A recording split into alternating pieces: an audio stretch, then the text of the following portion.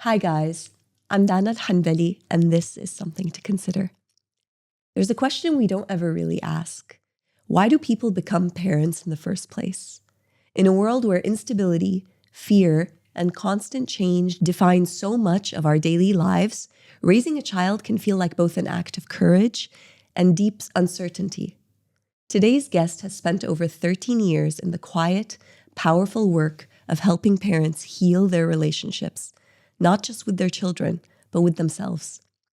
She's a licensed child psychologist and parental guidance specialist who has worked with over 6,000 families.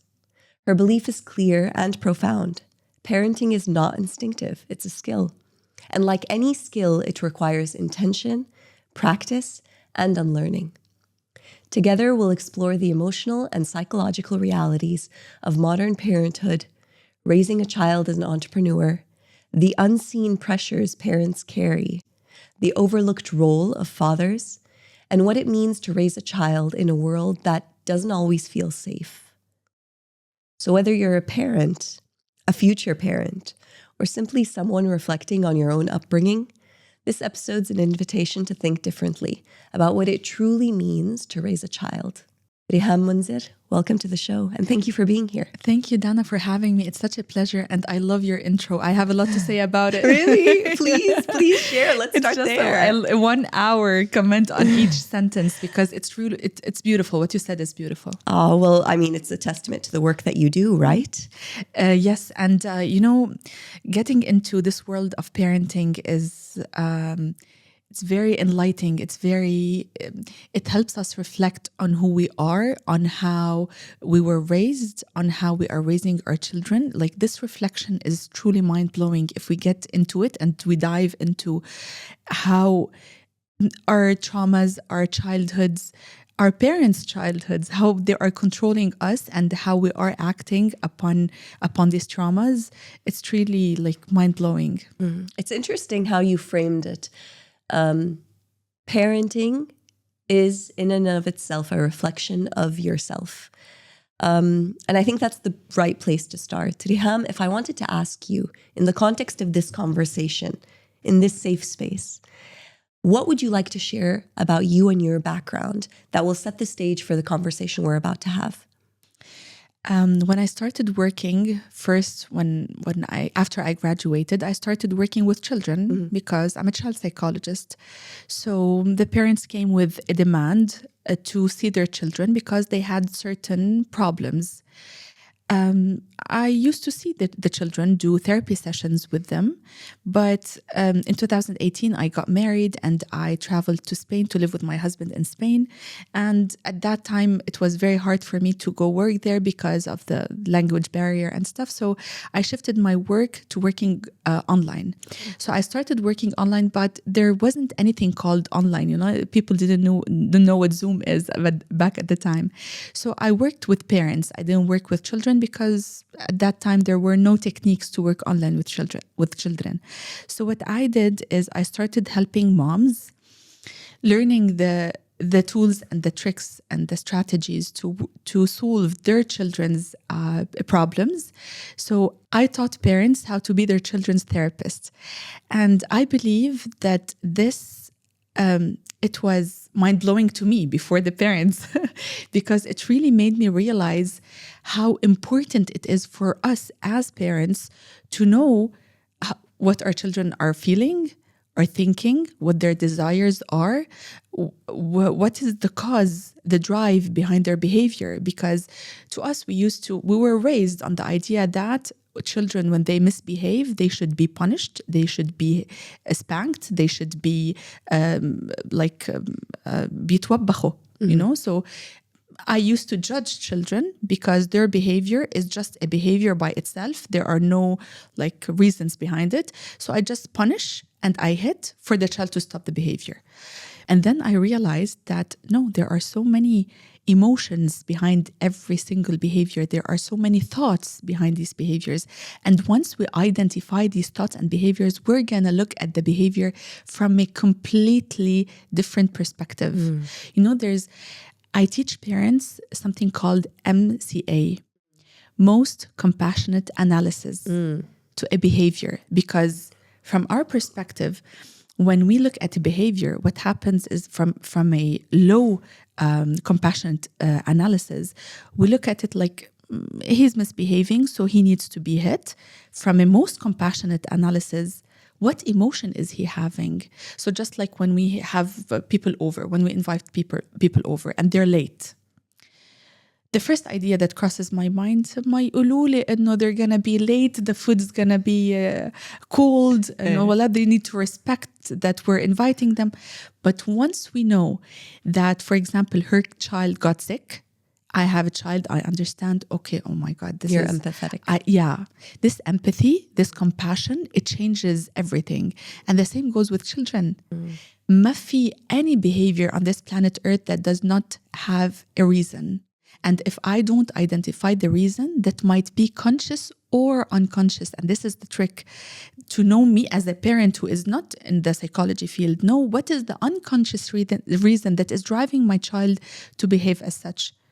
And once we know that everything that I live and I experience as a child, as a parent, is directly reflected on the child, we know then how important it is for us to heal before even having children. And even after having children, it's never too late to heal. No, because we are like, it's transgenerational toxic traumas. Something that they inherit. Yeah. It's really interesting. I love that you're talking about parenting from a space of empathy and compassion. But I think there's something key that I want to circle back to. When we look at parenting, usually there's an ego that drives how people see parenting. And it's closely rooted to this assumption that a child's behavior is a direct reflection on my capability as a parent.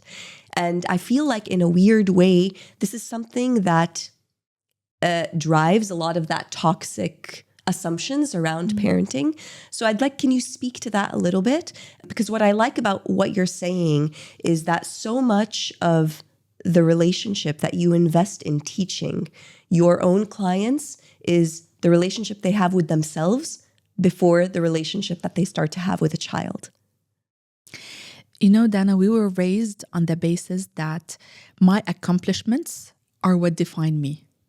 My grade in school is what defines me. My good behavior when we go visit some people or when we visit grandma or grandpa is what defines me. And when we get raised over the years and over time with this mentality, what we think is that my high income is what defines me. My status, my position at work is what defines me. My children define me. My children's behavior define me. Everything around me defines me except me.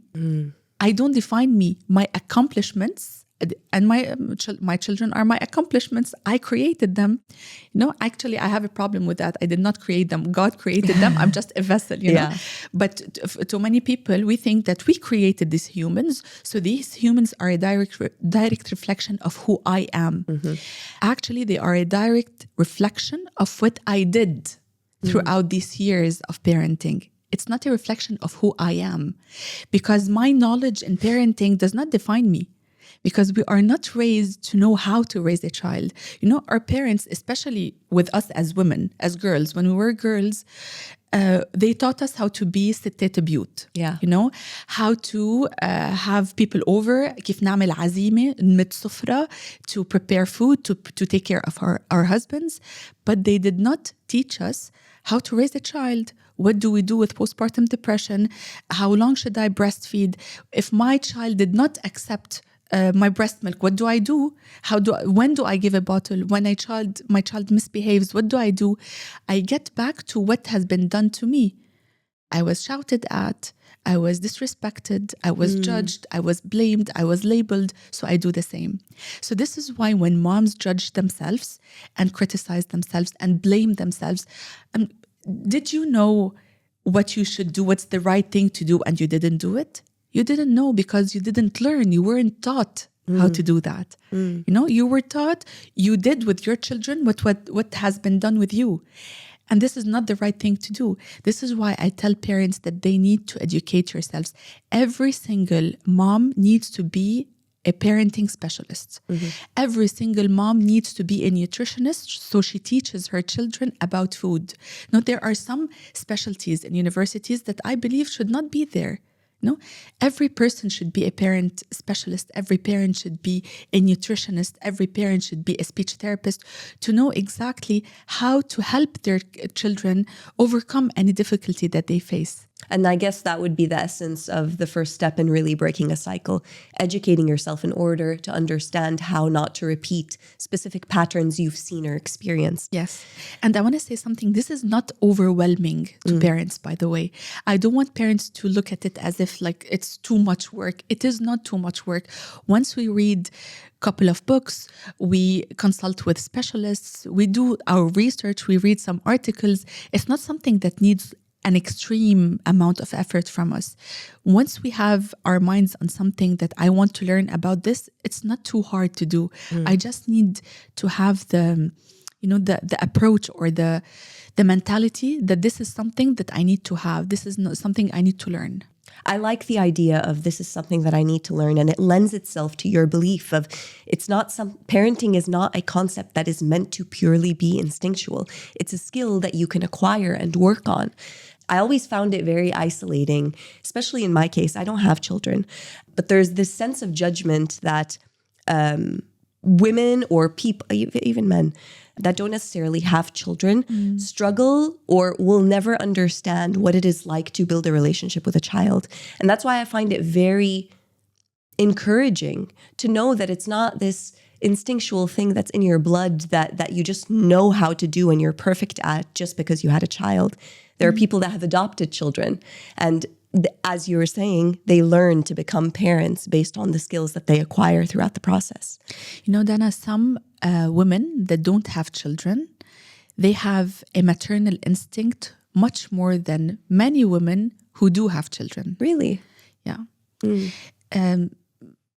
I don't believe that having a child are not just, the maternal instinct, it's not something that is born with us. I don't believe it is born with us, because I'm seeing like with so many moms, I don't see this maternal instinct. You know, I don't see even so many moms, because they experienced a lot of traumas in their lives. They are too taken by these traumas, unresolved, unhealed traumas, that they are not being able to connect emotionally with their children. No judgment whatsoever. Yeah. Because she's a victim. She lived traumas that she shouldn't have lived, she shouldn't have experienced. So because there's one girl, she's 12, she was 12 at that time, she sent me a message telling me, Tante Riham, please, I want you to do a session with my mom to teach her how to love me. Habibti. How to love me.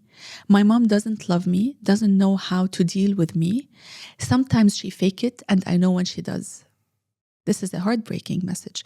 When I did do a session with the mom is a victim of how she was raised. You know, to us in our society, we judge her because how can a mom not love her child? Yeah. She clearly told me, I'm not being able to love her. I'm not being able to connect with her. But when I asked her about her childhood, it made a lot of sense.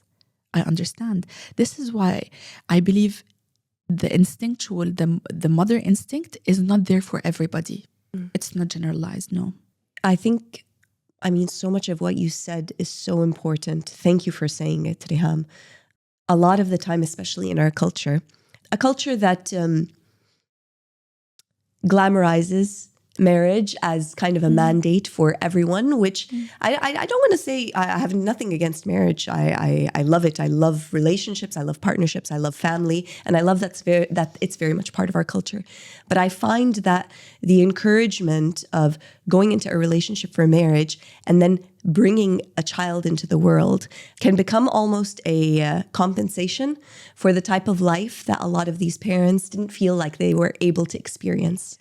And I feel like until we get to a stage where we are comfortable addressing that as fact and as a reality, we each come in with our own context and our own background, I don't think real healing can really occur. One of the things that you mentioned in the intro is that we need to ask ourselves, why do some adults become parents, no?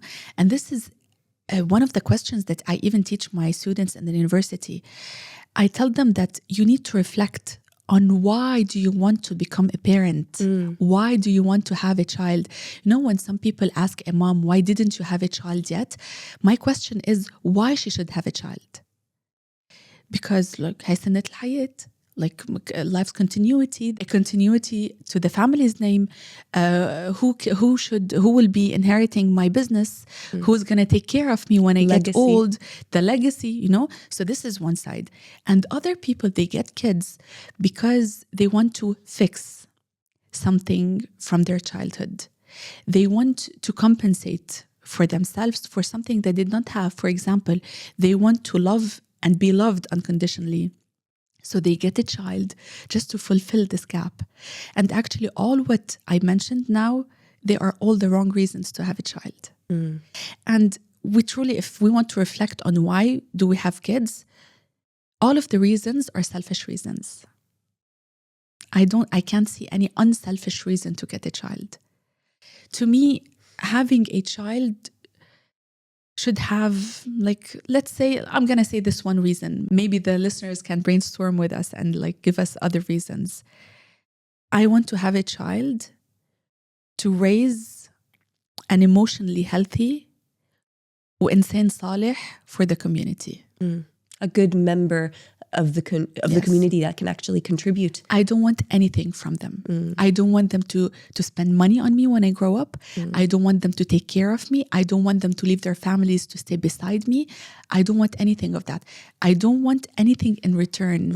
And this, I believe, is one of the most common problems that we are facing now. You know, the elderly people now who are in their 70s, 80s, women didn't work at that time. So their life was purely دفنوا حياتهم for their children, you know? So everything they did for them for in their life was take care of their kids. It was about sacrifice. Yes, they literally sacrificed their lives for us. And what's happening now, we are so busy with our lives. We are traveling all over the world. Many of us are completely relocating. We are not being with our grandparents and parents in the same country.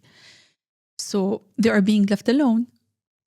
And here we can see the struggle because, okay, so what my life is like, what was the purpose of my life? Yeah. What did I do with my life?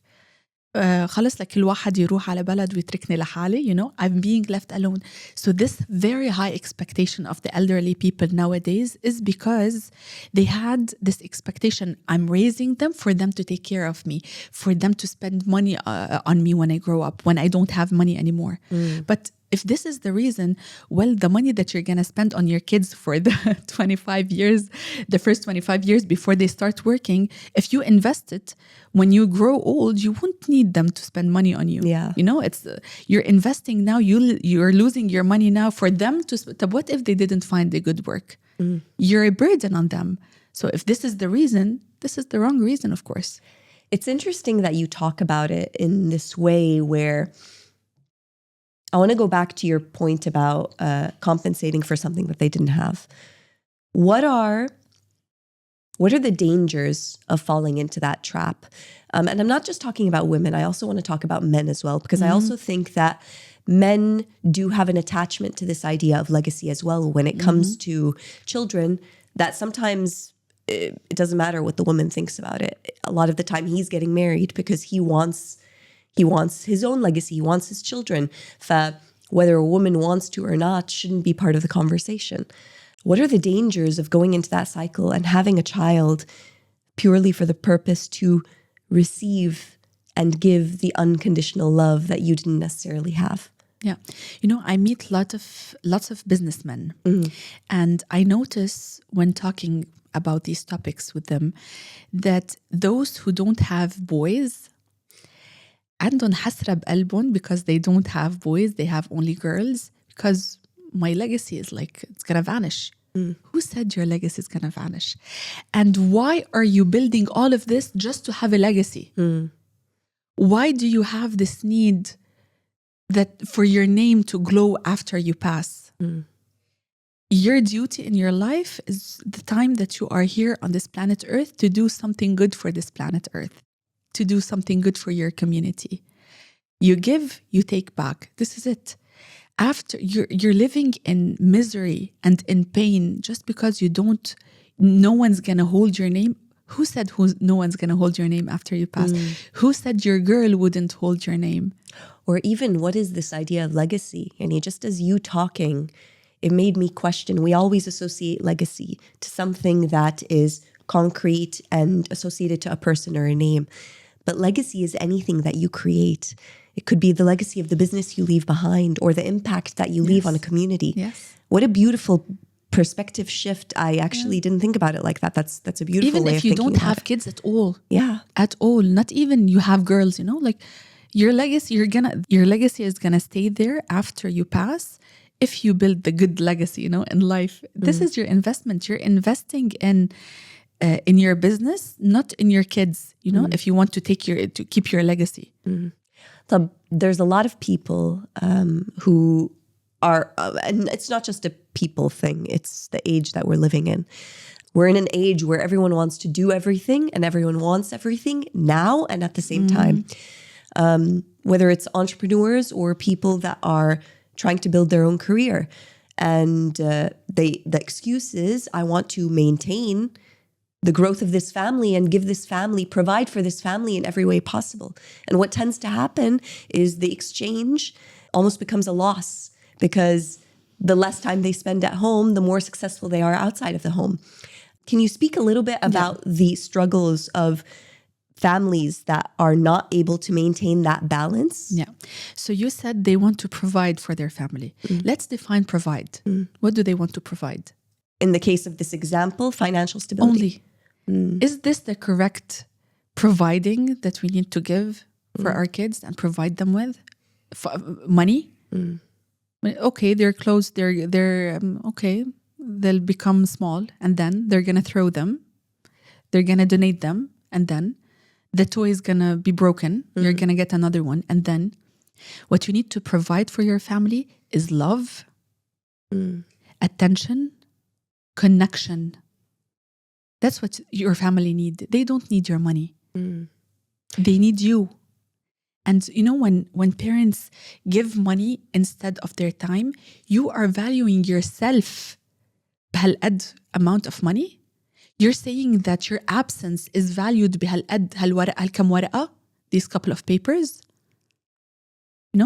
So we are reducing the value of ourselves when we say that I'm replacing my absence with these 2 papers. I'm devaluing myself. Or tuition at an insanely expensive school that only the top 1% can get into. Yeah. Wow. I never thought about it like that. Can you delve a little bit deeper about connection? Because I feel like whether it's love, attention, or connection, 1, I feel like there's an overlap in all 3. But 2, how do you really define that? Because what parent is going to tell you they don't love their kids? In their mind, this is how they love. They love by providing. They love by, to quote my father, putting a roof over our head, habibi. Like sometimes there are very specific ways that one sees their contribution to parenting. So how would you define that further? Love, connection, and attention. As many old parents, most of the parents, they love their children, okay?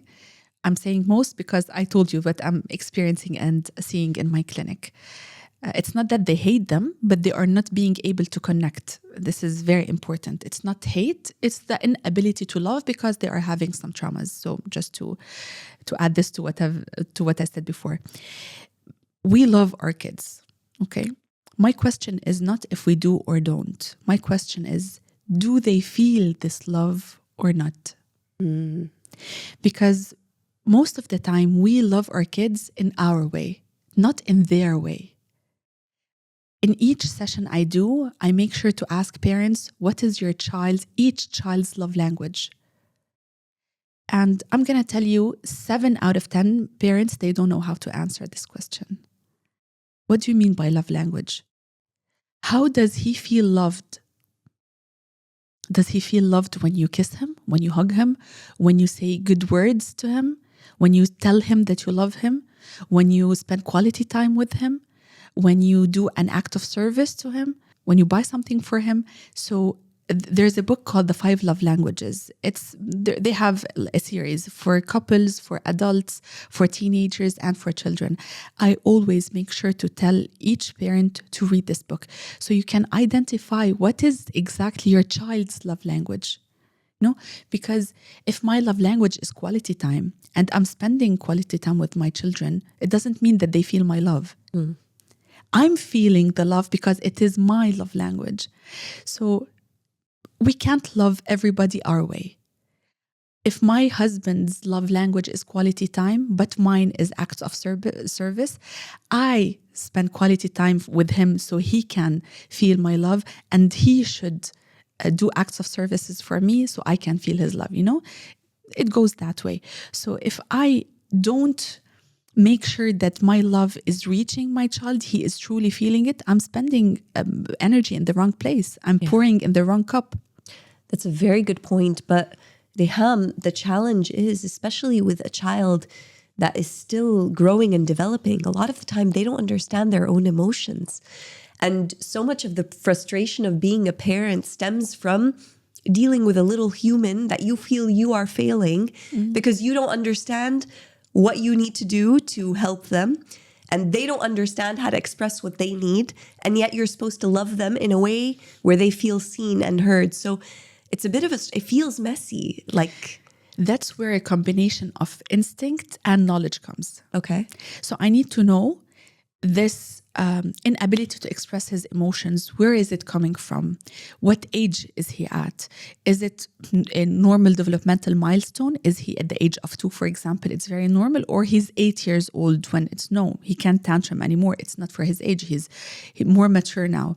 So I need to see, if you want to put it that way, developmentally, on which milestone he is, so we can know what's the right approach to handle this tantrum, and to know what skill is he lacking.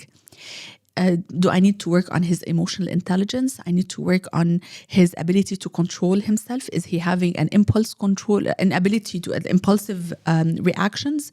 What is it exactly, the skill that he needs to learn? And I need to handle this. And my instinct kicks in here because I need to know. So many times, parents ask me a question about their kids. I tell them, your option, we have 3 options or 5 options. It's either this, or that. Okay. Your instinct as a mom, what does it tell you? Which one of these scenarios? I'm giving you the knowledge, you give me the instinct, so we can work together and find the solution. Your instinct, though, based on the child that is living with you. Yes. So there has to be an element of, to your point that you were talking about earlier, empathy, connection. You're listening, you're spending time, you're in tune. Yes. It can't be you're an absent parent and you have an instinct. Yes. Right? Of course. Interesting. But what are some common parenting mistakes that have a tendency to leave long-term psychological effects on a child? I like the big word of disrespect. Oh, wow. I wasn't expecting you to say that. Yeah. Why am I saying disrespect? Because under this word, there are so many other mistakes. When I don't talk to him, I'm disrespecting him. I'm disregarding his presence, so I'm disrespecting him. When I don't look into his eyes, I'm disrespecting him. When I don't take his emotions into consideration, I'm disrespecting him. No? So there are so many things, a list of things under the big word of disrespect. So disrespecting a child, his needs, his behavior, his emotions, his desires, his body, his developmental milestones. No? When, let's say, a child should walk by the age of 10 months and a year and 3 months, for example. When I insist on her walking on the age of 1, the day she becomes 1, I'm disrespecting her developmental milestone. I need to respect her body. When her body is ready, she will start walking. When I remove the diaper at 1, by the time that his pelvic floor muscles are not ready for this, and disrespecting his body. Wow. So under the big title umbrella of disrespect, there are a very big list. When I blame, judge, criticize, moralize, disregard emotions, this is all disrespect. It's interesting because, especially from a cultural perspective, whether we're talking about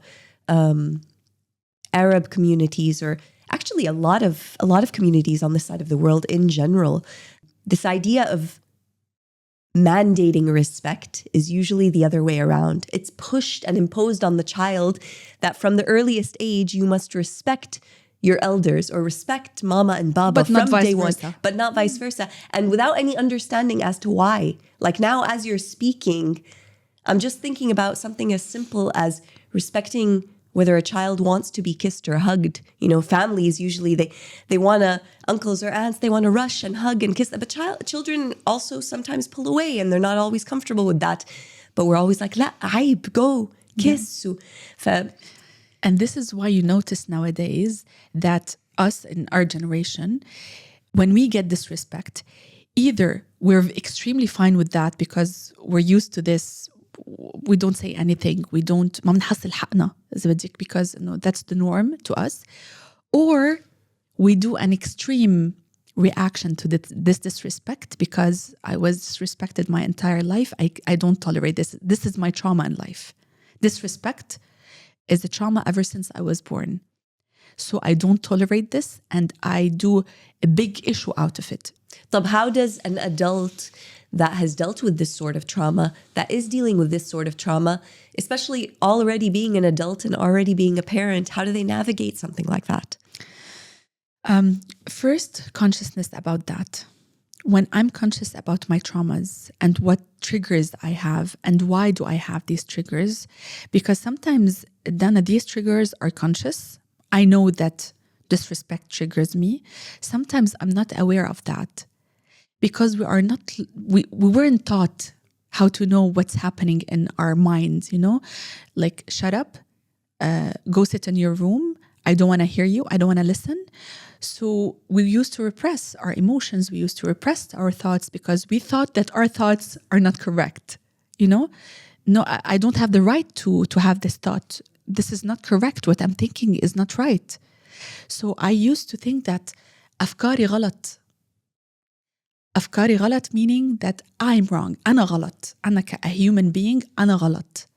فهذا الشيء بيخلينا إنه أوقات in our lives not to know and not to identify what our traumas are because, really, is that it? So I wasn't taught how to think things through. This word trauma has come up a lot in this conversation, and it's also come up a lot in the world. We see it on social media. We talk about people overclaiming it, but we cannot deny that the world today is very different from the world that we were raised in, from the world that our parents were raised in, and so on and so forth. I don't want to say harder, easier, because I think it's relative to the experiences and those who experienced it. But for example, we're witnessing a live genocide. We are seeing displacement happen, not just in places like Palestine, but we are seeing displacement happen all over the Levant, all over Africa. People being annihilated in countries all over the world, and it's a very scary time. And I know we talked about this idea of why would one want to have a kid to begin with, but to carry around the load of raising a child in such uncertain times is a whole other traumatic ordeal. And I'm curious, do you have any thoughts around this? Because as a child who grew up with parents that also survived wars in their respective countries, where I had to grow up in a country that wasn't necessarily my ethnic background, there are some things that today I'm realizing I carry with me that are not even my own. I'm curious, what are your thoughts on this? Have you heard of quantum psychology before? I've heard of it, but I don't know anything about it. Okay. So in quantum psychology, they say that all of the traumas that are lived by your ancestors are inherited by you. You inherit your grandma, your great granddad's trauma. Wow. And this is crazy. Can you imagine that a war that happened 3 generations back, I'm experiencing it in my unconscious mind? It's mind-blowing, but it's so true. So I'm living my own traumas, my own childhood traumas that I want to recover from, and I'm carrying my ancestors' traumas. It's a lot for us to carry. This is why healing is very, very important. And I don't believe that healing is one type of therapy to do. We have the traditional psychology, we have the quantum psychology, we have the spiritual psychology, we have the meditation, transcendental meditation, for example. Each type of healing, they work together for us to really overcome all of what we've been experiencing in our unconscious mind. My God, that sounds so expensive, Riham. Wallah, that sounds we need a therapy for every single part of our, like it's crazy. You know, it's not necessary for everybody to do all types of therapy, but it's important for you to identify what is your need at that moment. For now, I need to tackle my own childhood. Once I'm okay with that, I overcame all of the traumas that I experienced, I can move on to other generations. Do you think it's important for a parent to go through, because I don't think you're ever healed. I don't believe in this notion of you're done. No, Khalas. never. I think it's a lifelong journey. Yeah, of course. But should one have started the healing process before becoming a parent? I know everyone doesn't have that luxury. Of course. Okay. Because, becoming a parent is not just a normal life event. It's a profound identity shift. And with this shift, a lot of wounds come to the surface. A lot of unhealed traumas come to the surface. A lot of inner conflicts come to the surface.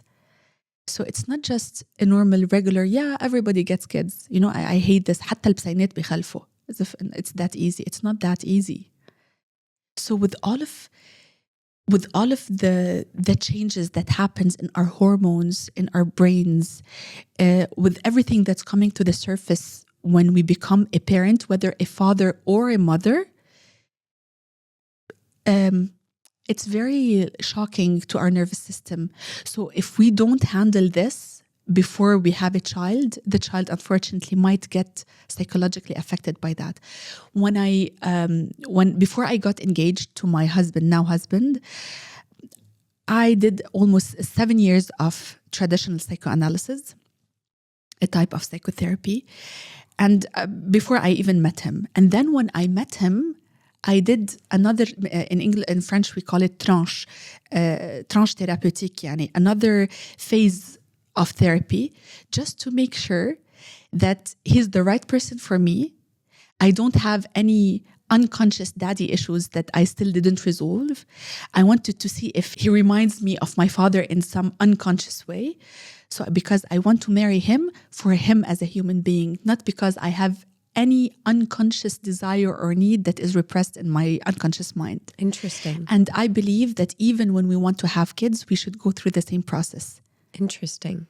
We do this therapy before we get married. We do this therapy before we have the first child. We do this therapy again before we have the second child. It's not overwhelming. I want to make it clear for people who are listening to us. I don't want them to feel, every time. It's just a call away. Just like I go to check up with my doctor every now and then. It's the same. It's not something like, I don't know why it's seen as a big deal. I want to call my therapist. It's not a big deal. It's a phone away. No, my therapy is a phone away. I think what I love about what you said is it's not rooted in an external person solving your problem. It's rooted in seeking an objective opinion to help you understand yourself and patterns and underlying issues that maybe you are not completely conscious of yet. Donna, the therapist does not have the answers. No, the therapist guides you to find the answer. To find your own answers. This is our role.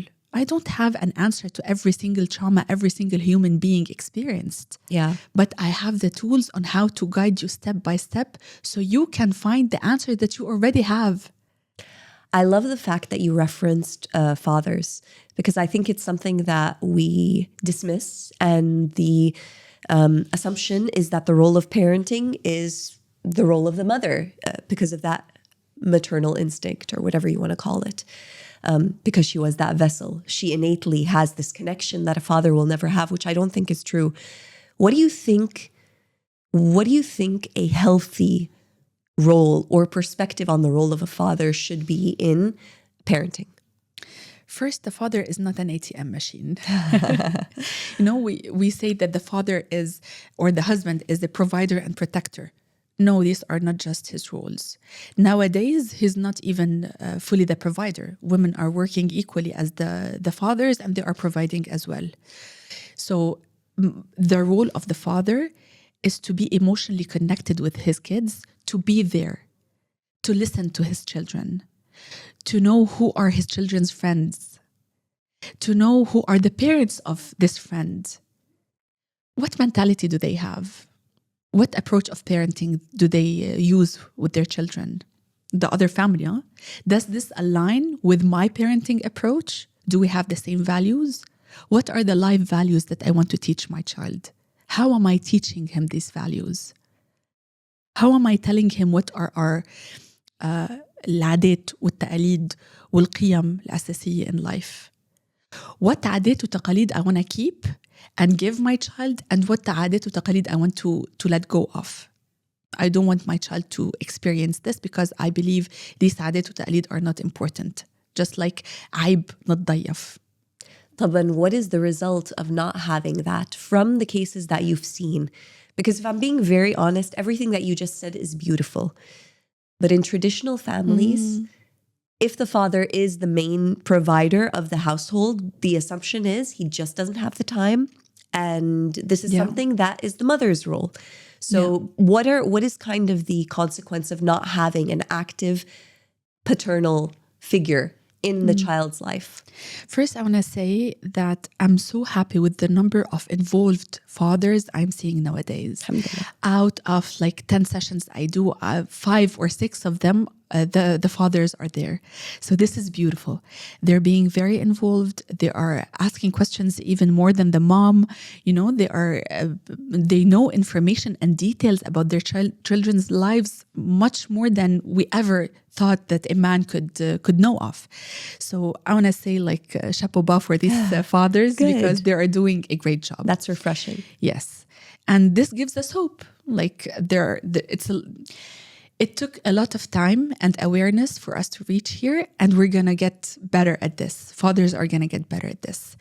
And on the other side, there are still so many parents who think that, okay, I was beaten up by my father and I turned up to be fine. He didn't turn up to be fine. Nobody turned up fine. We all have our issues. We all have our problems. If I don't want to face them, it doesn't mean they are not there. Okay, so let's make this thing clear. Fathers who are not there have children who don't feel safe. A father's role in a family is just like the dawli role. What's the government's role in a country? The countries that don't have a strong government with rules that are truly applied and they have consequences if we break them, have citizens who don't feel safe. Correct? Very good. Me metaphor. as a Lebanese citizen in Lebanon, I don't feel safe because I don't know when any incident might happen. There are no rules. There are rules. There are laws, but not all laws are truly applied. With wasta, everybody can do whatever they want. Unfortunately, nothing's enforced. But the same person, within 3 hours, 4-hour flight, I go to any country that has laws, I feel very secure and safe. It's just a 4-hour flight away. The same exact thing happens with a father. Once the father is there, the child feels safe, feels secure if the father is playing his role correctly of being a father figure.